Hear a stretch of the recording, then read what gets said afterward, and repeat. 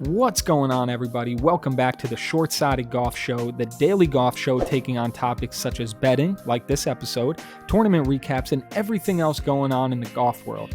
Happy US Open week, and I want to get to something I'm going to be wearing this entire week, and that's our sponsor, PGATourJerseys.com. If you haven't guessed it from the name, they make PGA Tour jerseys. Jerseys just like we wear to our NFL games, MLB games, NBA games. They do it for golf. Their original designs are awesome. I'm wearing my Koepka jersey, RIP. He's not playing this week, but wearing my Koepka jersey right now. They just released PGA Tour jerseys. They have a lot of really other cool original designs as well, from shirts, golf-related shirts, prints, mugs, everything you could think of. They specialize in the jerseys, though, so get yours today. They support us, so support them. They're an awesome company doing awesome things. Follow them on Instagram, or just go to the website and buy up a jersey. They're the best. So thanks, guys. Support them because they're an awesome company supporting us. So without further ado, let's get right into it. This week, we're taking on the US Open in our betting picks. Shilzy and I have a great read on the tournament. I think we have some great picks for you this week. How we think Tiger's going to do, that's going to be at the end of the episode, but we did get to that. How we think we'll do, you might be surprised with those takes. But without further ado, man, let's get into it and tell you what we think and hopefully win you some money for the US Open week. Let's go.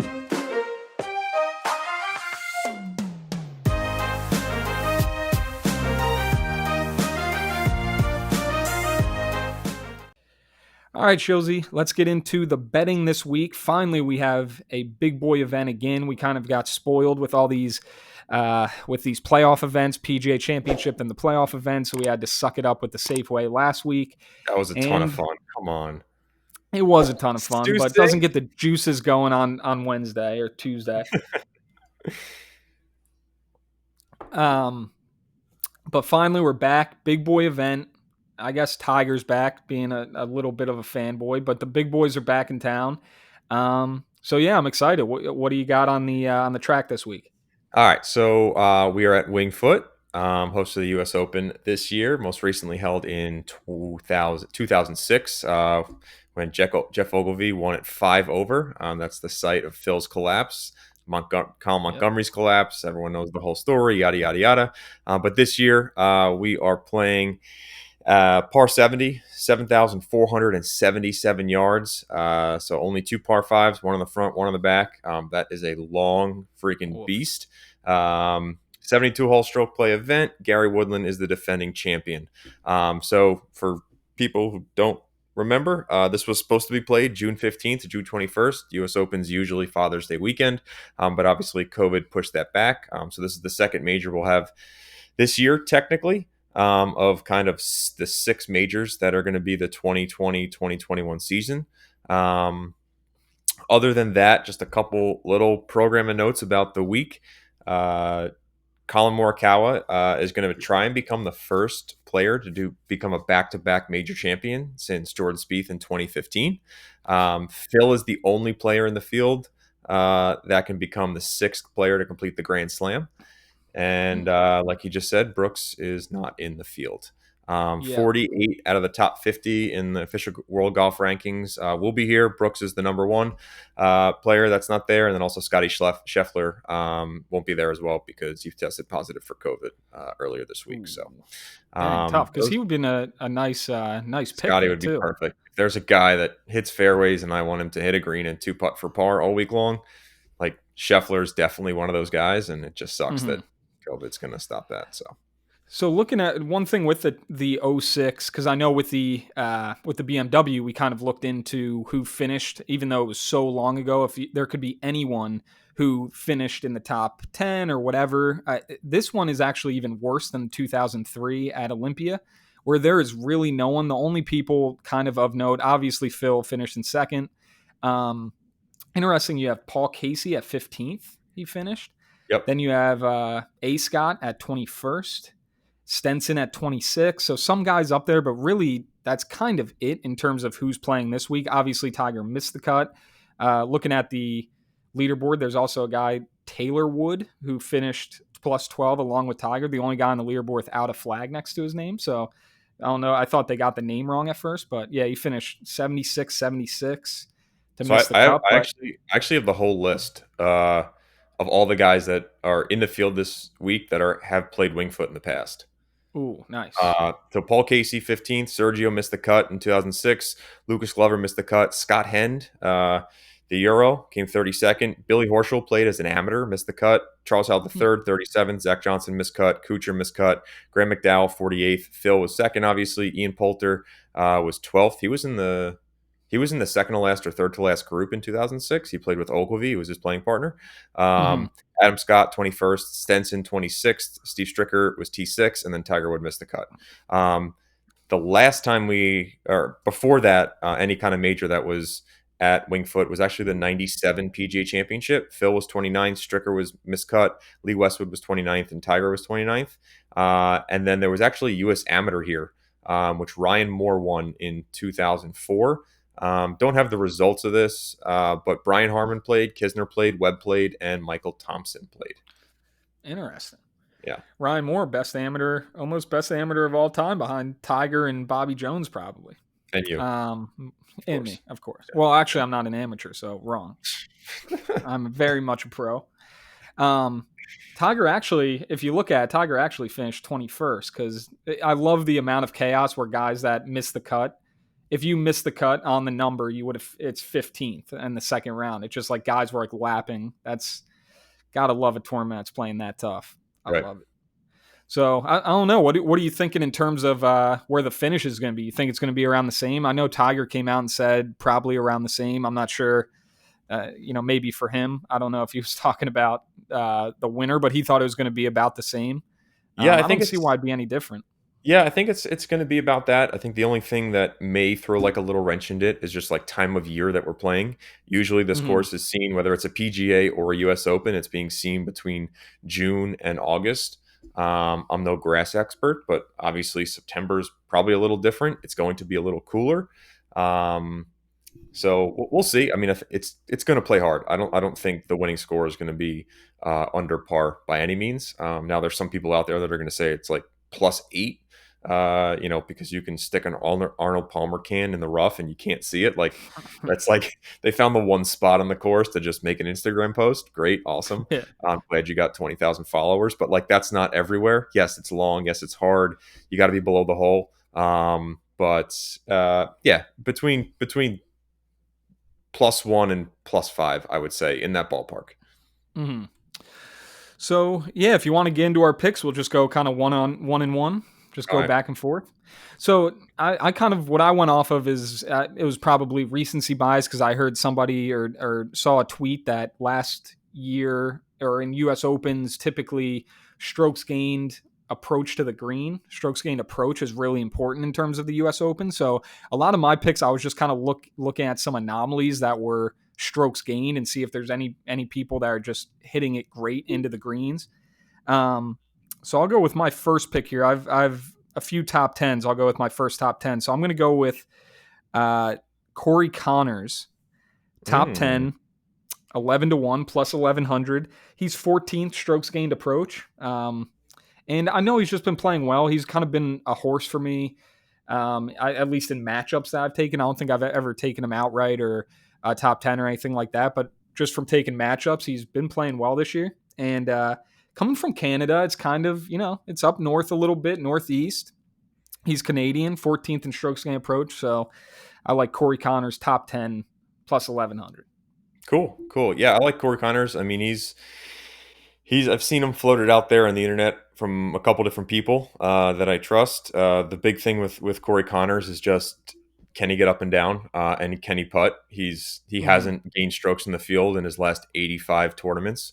With the flat stick. So like he struggles putting, but this is the kind of event where it really doesn't matter because everyone struggles with putting. So like if you can even get a Right. remotely baseline week from him, like you may see it happen. So Yeah. so I like that for a top 10. That's there's equity there. So Yeah. just like we talked about with the PGA Championship and a couple of the other ones, I'm gonna start with like three bets here that I've had in and placed for a couple months now. So March 1st, I put a wager on JT at 20-1 to win the U.S. Open. That Hmm. has proved to be pretty great, seeing as he's Yep. dropped down to 14, 12 in that ballpark. So JT 20 to 1. I'll stand by it. I'm wearing his jersey right now. I think JT's the best player in the world.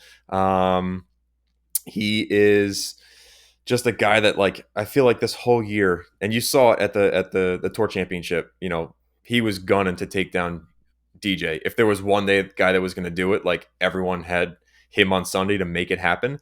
And I mean, obviously he was going against DJ, who was playing better than anyone on the planet ever for the last like 4 weeks. He came as close as he possibly could. He just needed to get a couple more putts to drop. So JT 20 to 1. I love the value on it. I'm going to keep it there. I made that March 1st. I'm happy with it. The second one that I have in the bank, I put this in early July. I think it's July 30 or July 22nd. Burger at 33 to 1. Now with this Burger one, it hasn't fluctuated too much. Come down into like the mid 20s, but still, I'll take Burger at 33. Again, he's a guy that's played amazing all year long. Really good short game, hits fairways, hits greens, and he's kind of made that jump to that like next level. He's not like a 50 to 75 in the world guy. Now he's like pushing that top 20. So Right. could be a breakout spot for him. And then March 8th, I bet Tommy Fleetwood at 40 to 1. Thinking that, great, that's going to drop to 25 once everyone gets around to the U.S. Open, because everyone loves to bet Tommy Fleetwood at the U.S. Open. And Right. guess what Tommy Fleetwood did coming out of COVID? Played absolutely terrible, and the Yep. number stayed at 40. So I got Tommy Oh, at okay. I 40. thought it was gonna be lower. That's good. No, no, yeah, it's at 40. I think for the last couple of U.S. Opens, it's been in the mid 20s, low 30s, but it's at 40 right now. Come some like inspiring things is that Tommy had a great week in Portugal last week. He was the favorite going into the week at 5 to 1, which is just absolutely absurd. But had a really, really great Saturday and Sunday. Kind of found something with his ball striking. So he's a U.S. Open dude. He's always good for the last couple of years to throw out like a 62. Unfortunately, Yep. it's usually on a Saturday, and then he can't put it together Sunday. But Tommy, I got 40 to 1. So those are the ones Yeah. that I have in the bank already for quite a while. That's pretty good. So you've only made up ground on it. The only one that you've remained where you were at was Fleetwood. Yeah, So that's yeah. Play the market well. Put it that way. yep. I like that. Yeah, So 20 to 1 for 20 to 1 for JT is just insane with how yeah, he's playing right now. I mean, cuz sometimes you have to look at tournaments who finished second, because obviously DJ, it's like, yeah, he wasn't losing that tournament. Like he's one of those guys where he turns it on and yeah, you're not going to beat him. yeah. But to see that JT was right with him and obviously would have won hands down if it wasn't for him. It's like, yeah, he's obviously still playing well even though he didn't win the tournament. Yeah, and I think it's just almost time for JT to just like step on someone's neck kind of Yeah. thing. Like he won his PGA in 2017, kind of ascended him to that next level. He's been floating around. He's a Ryder Cup guy. He's won a lot of big WGC high profile events. Um, Decked out in red, white, and blue Ralph Lauren. Like, he just oozes US Open to me. Yeah. And if there's a guy to, pull an upset and put Dustin and Rahm in a box, it's probably him. Right. I like that. Yeah, JT's one of those guys that you look at and you're like, he only has one major. Like, he's definitely due to get one at some point. And Whoa, whoa, yeah, I whoa, think whoa, you're right. He just seems like he seems like a PGA guy. I'm not surprised he won the PGA as his first one, but he also seems like a US Open guy. And in a way, Fleetwood, I was going to say that about him. Like, I just see him winning a US Open. For that, I see him holding the trophy. I see him at one of these classic courses holding it up. It's like, for nothing more than that, I'll throw a few bucks on him. Right. And I mean, there's inherent risk with all these guys. Like, Fleetwood has never won on American soil. Like, Mm-hmm. a lot to ask for a guy to get that first win at the US Open. But that's why he's not 8.5 to 1 like DJ. He's not 9 to 1 like Rahm. Like, it's 40 to 1. Like, Right. there's Right. a You shot. get that. So, but again, that's all old bets. It's all found money. So I'll kick it to you for your next one. Yep. So I'm going to go with, I'll say my top. I already went with the top 10, so I'll go for another one. So this is going to be kind of my horse. I have two bets on him, and that's going to be your boy, Tyrrell Hatton, Yes. 40 to 1. Yes. I think his demeanor I feel like he has the demeanor, just a tough dude who just like grinds it out. He's fourth in strokes gained approach, which is insane. I didn't realize he was that good in strokes gained approach. So I have him 40-1 outright, and then 11-1 plus 1100 to take the top Euro spot as well. So I'm banking on him the most. I don't know. He just seems like a gritty dude, maybe because he's just always angry. So it's like if there's one guy to win at +5 when everyone's pissed off, maybe the cream rises to the top, and the most pissed off guy is just like, yeah, he's there every week. Like he's at that level. So all right, and he's a sick ball striker. So give me Hatton. I'm in on Hatton. So I'll transition from the Hatton pick to the guy I am taking, and it's probably not the most popular pick, but when I look back at this whole season, when Hatton plays well, who else plays well? Got me. Stump me. Webb Simpson. Ah, okay. I was So looking at Weber too. just think that, like, when you look at like the card for Winged Foot and everything everyone's saying, it's long, it's a beast of everything. Like inherently you want to take the DJs, the Roms, the Brysons, even just like pummel it out there and hope it's in the fairway. Um Mm-hmm. but the way it looks is, yeah, great, pummel it out there, but you're chopping out to 100 yards, and then you got to get up and down off a ski slope, right? Right. Yeah. So with my like three guys, other than like the previous bets, the kind of mindset I put this in is who hits fairways all the time. Yep. Um, that's Webb, that's Hatton, and guess what they do better than anyone else? They're really good with their irons. And one thing that someone else said that I absolutely loved, and I forget where I heard it or saw it in a tweet. And actually, you know what? It was Jeff Ogilvy on the Fried Egg podcast 2 weeks ago or last week. They were talking about Winged Foot, and he was like, one of the most underrated things about Winged Foot is your approach inside 100 yards. Because basically, when you miss the fairway and you have to chop out, you're basically trying to get to 100. And if you can get up and Mm. down from 100, you're money, right? You can't go past the hole because then you're have a lightning putt downhill and it's going to roll off the front. But if you can get Make it up and safe. down from Yep. 100 and chip on for 100 or pitch on from 100 and two putt for your par or make that 8 footer, both Hatton and Webb are amazing at making those 8 footers, and they're really Mm. really good from 100 to 125 yards. So they're Interesting. going I to hit like that. 70% of their fairways, 60% of their fairways, and if they don't, they can chip out and manage the problem. Mm-hmm. I like that. I mean, if you look at '06, that's the thing. When you look at a course like this, you think, oh, Bombers, Bryson, he's just going to overpower it. But you look at, it's Furyk, Monty, Sluman, Stricker, Weird, Donald, like all these Hmm. real short hitters are up there. The dudes like the Tiger back then when he was hitting it past everyone, but he couldn't keep it on the planet. He missed the cut. It's not a surprise. So I do feel like sometimes these courses, these long courses, they go the other way. It's like the Aaron Hills, that suits the Bombers. That's, Right, Kepka, right. all these guys. But these classic courses, you need to keep it in the fairway. Like all the trees are fully grown, so you can't just hit it over them like Bryson's been doing. Like, I don't know. It's a little bit different style of golf where these shorter hitters, they just do better they still hit it plenty long. It's not like you know, they're hitting the first ball off the tee at Augusta, one of those guys. Like they hit it plenty long. Webb probably averages 280, 290 off the tee, something like that. Right, and That's all you need. Augusta's a totally different ball game. Like I've heard some people talk about Bryson this week just because he hits it so long. He doesn't have to hit driver. He can hit 3 wood, but like no, Bryson great for Augusta. You can put it Right. anywhere, and you're going to be able to figure it out. If Bryson said in a press conference today, he's dominantly going to be hitting driver all week long, and then Rory Mhm. said, "I'm probably not hitting driver." So it's going to be interesting to see like how those two theories kind of play out.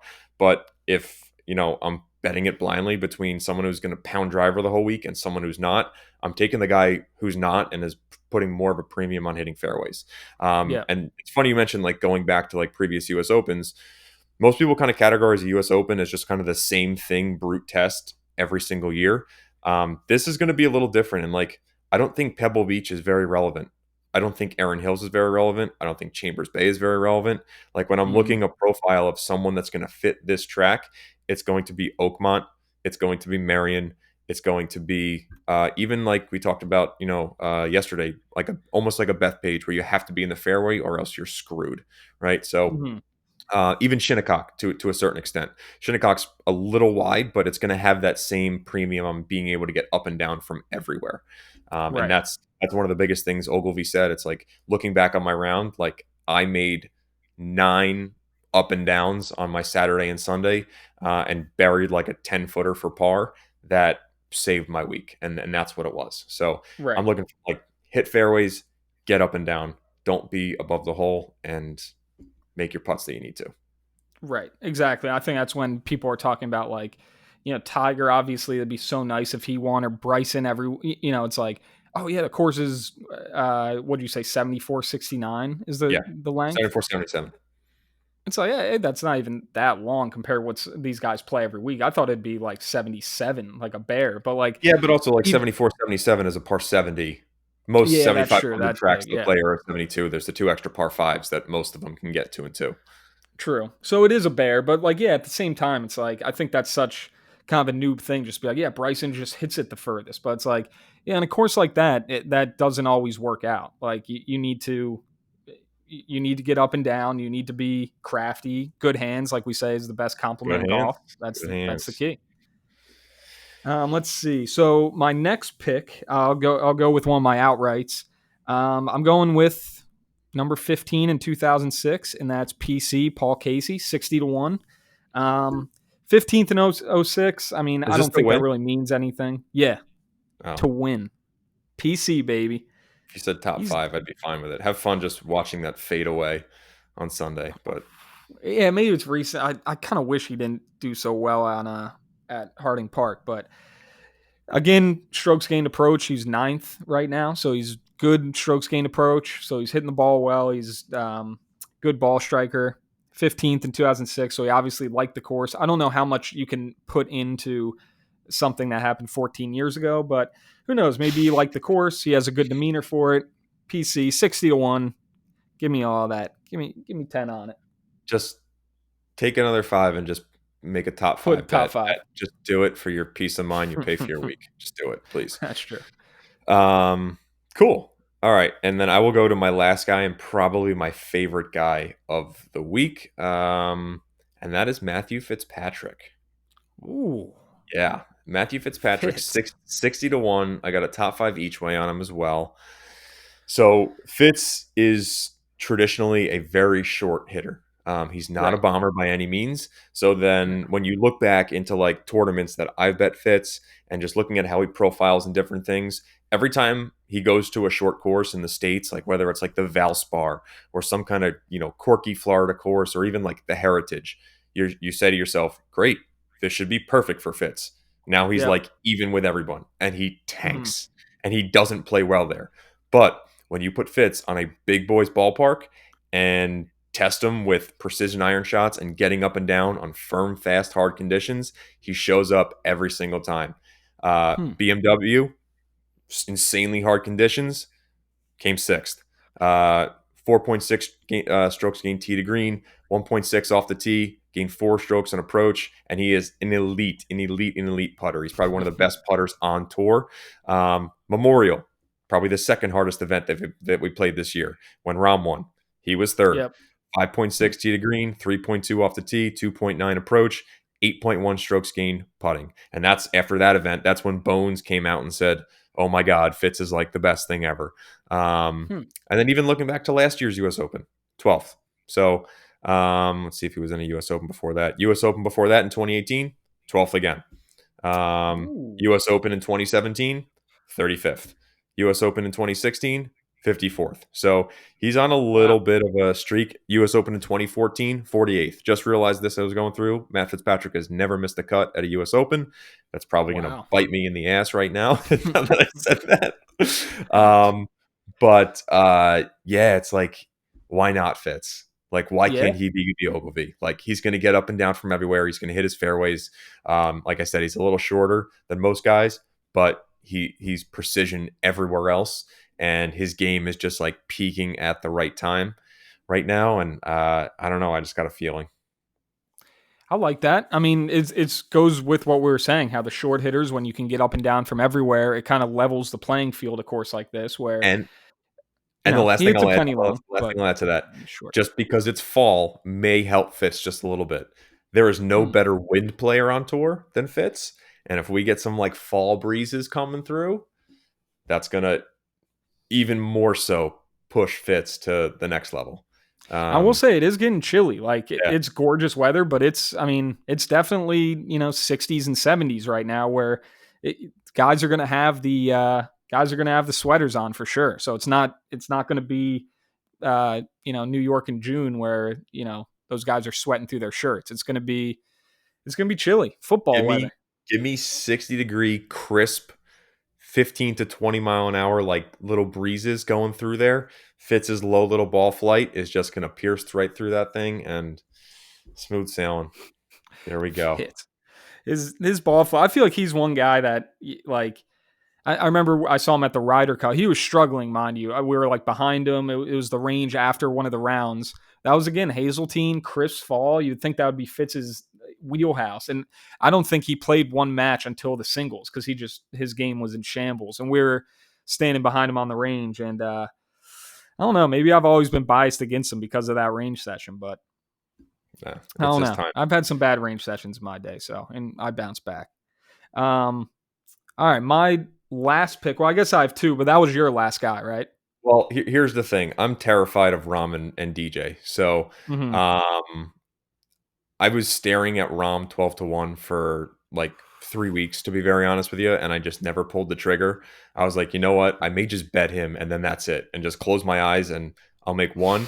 And it like dipped to 9, and like DJ's 8.5. So I'm gonna save one big bullet in the chamber and kind of hope they go out and shoot like 75 the first day, and bet it then when it's like 18.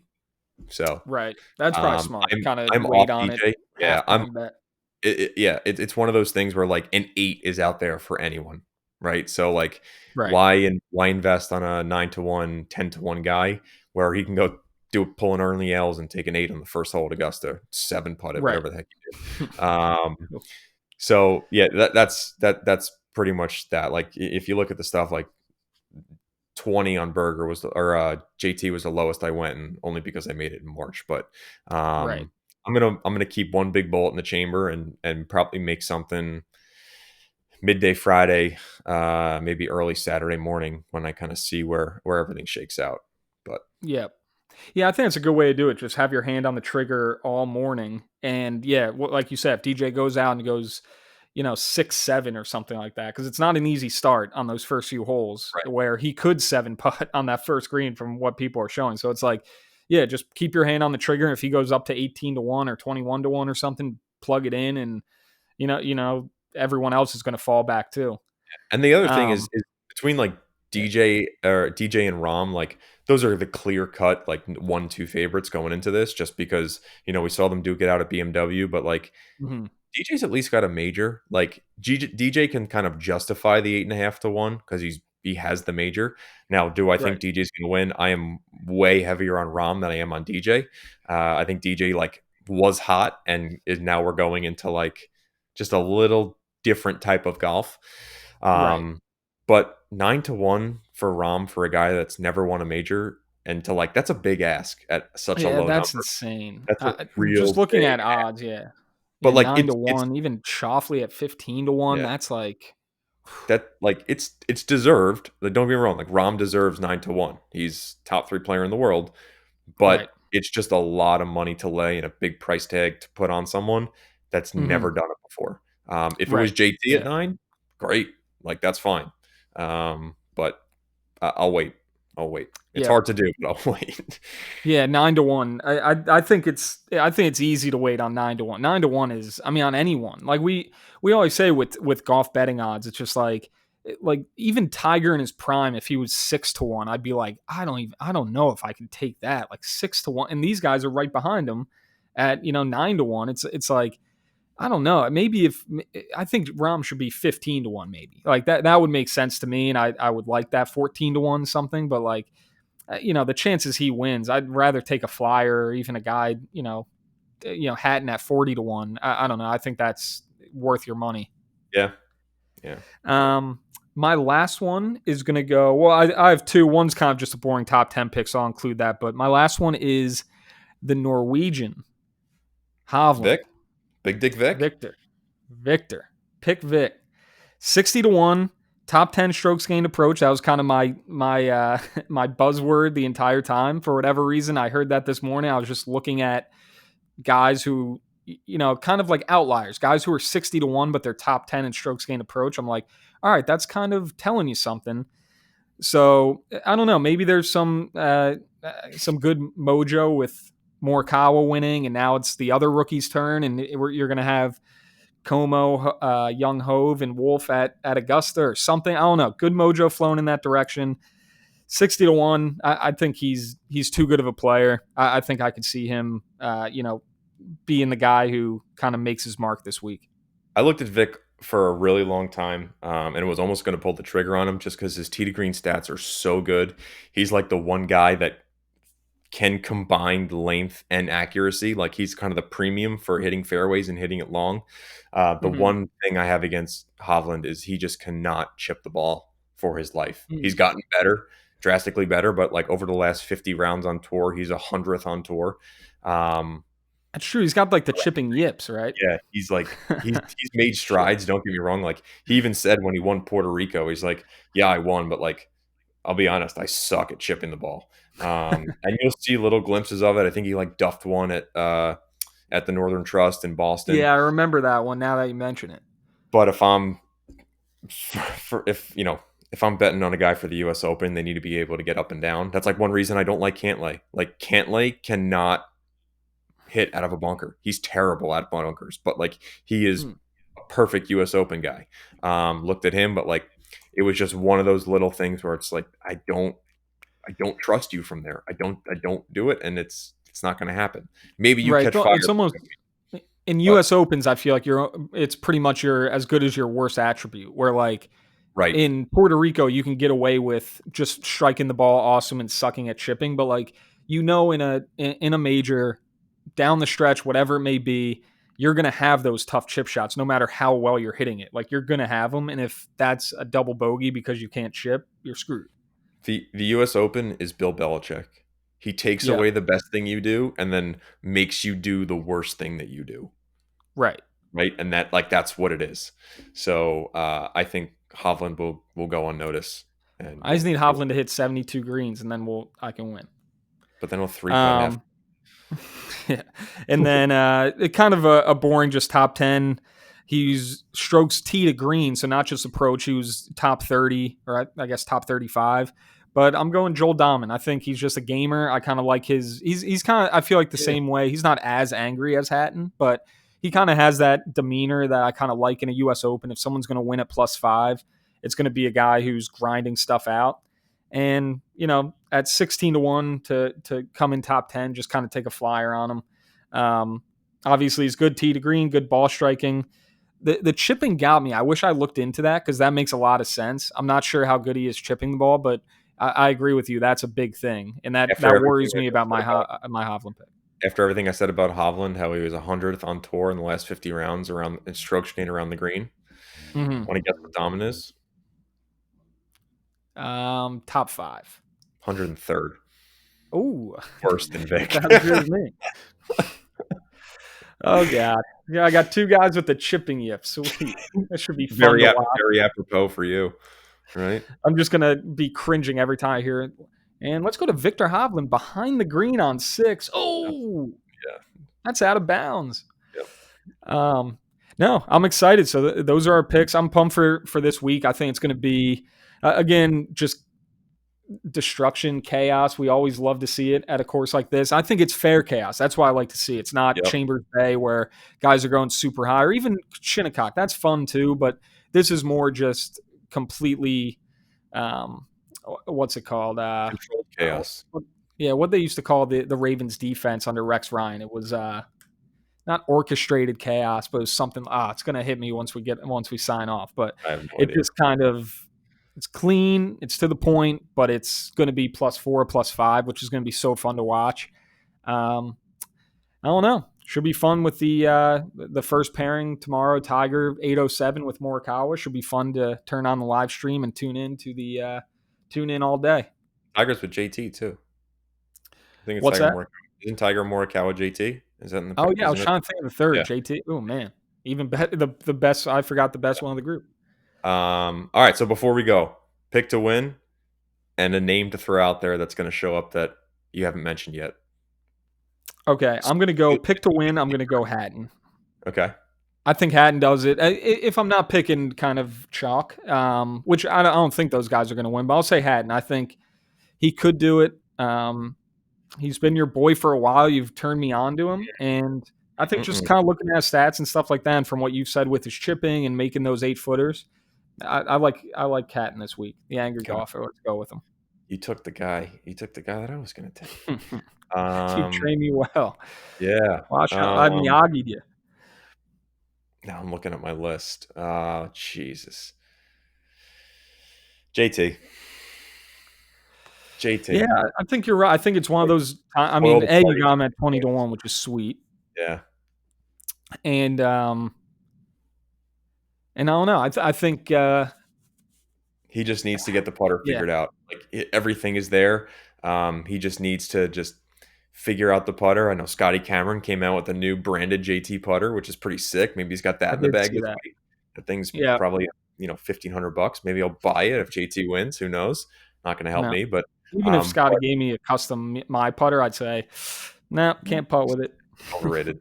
I'm a fan guy anyway, so number 7. But yeah, I can kind of see just JT spoiling the party. Guy that you're going to use as like your $6,700 DraftKings dude that you haven't mentioned yet. Yeah, you go first. I'm still kind of looking into it. Okay. Let's see who I like. My guy is Brian Harman. Brian Harman. Ooh. Brian Harman, yes. Brian Harman. Short hitter. He might be the shortest in the field. Brian Harman, $6,400 on DraftKings. Best putting service is POA. Made a huge run at the BMW, came 12th. So again, very similar course to kind of that kind of outline. And then also, let me just pull this up real quick. 2018 U.S. Open was 36th, and then 2017 U.S. Open at Oakmont, he was second behind DJ. Huh. Yeah. Really good around the green. Really good putting. And he's just in the green everywhere. So Brian Harman can make a little noise. Yeah, I like that. I can't believe he was second. I was at that final round of the USO. I don't remember Harman being there. He's tough to see over the crowd, though. I'll give he's you like that. 4 feet tall. Right. I'm gonna go. Actually, sorry, that was Aaron Hills. That was Aaron Hills, not Oakmont. My bad. That was Aaron Hills, not Oakmont. 2017. Aaron Hills, Koepka.